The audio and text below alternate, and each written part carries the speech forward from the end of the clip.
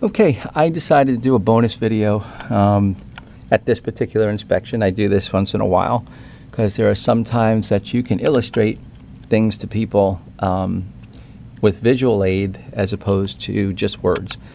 So whenever we go into an attic, we always look around where it's accessible. That's the best we can do, is go to areas that we can get to, right? Some areas are a question mark. So this attic area, if you look around, is quite accessible for the most part, right? Looking at the insulation, I've got about R19 loose fiberglass. I mean, people have walked in here before, so obviously it's not perfect, but it looks like it's pretty evenly installed for the most part. I always look at what the deck fastening is because that's part of the wind mitigation process for later. This roof deck was secured with staples. We know that because they missed a bunch of them over here, up here in the second story attic.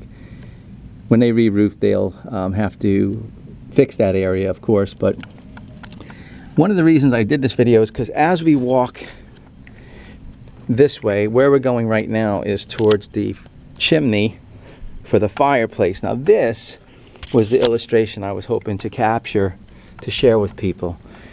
I want you to see sometimes where you get into a situation where it looks like it's a little difficult to get through, right? But you want to get there because from experience, years and years of doing this, you almost always know where to go to look for problems. A fireplace chimney, for example, would be a place that you would want to look at. So here we are, we're walking towards it. See in the distance, you can see the chimney duct.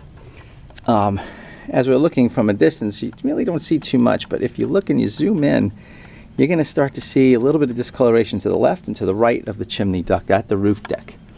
So bear with me as we kind of weave in and out here. Hang on. It's going to get a little bit tighter as we kind of make our way between the gable wall and the roof deck and head towards the soffit. Okay, now I was here already, but I'm bringing you in on video so that you can see why it's important to do the best you possibly can at every inspection you do. If you don't get up and close and personal with this chimney, you won't see that. That is an active leak.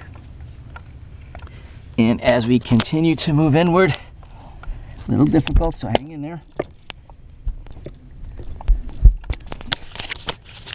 Coming all the way down, look at that. See the fungus there? It's actively wet, and if you look at the amount of damage here at the roof deck itself, and you can only see this if you get close enough. Look at that. Okay, zoom in on that a little, see? This is an active condition at a very common problem area. So if you don't get up and close to it, A, you won't see it, but B, when you get there, and hang in there, when you get there, how do you know if it's wet or dry?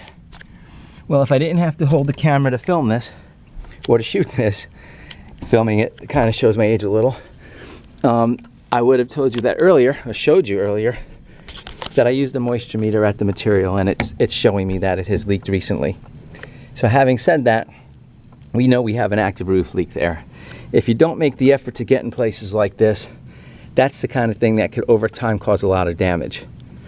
The rest of this attic looks fantastic. Really nothing much here.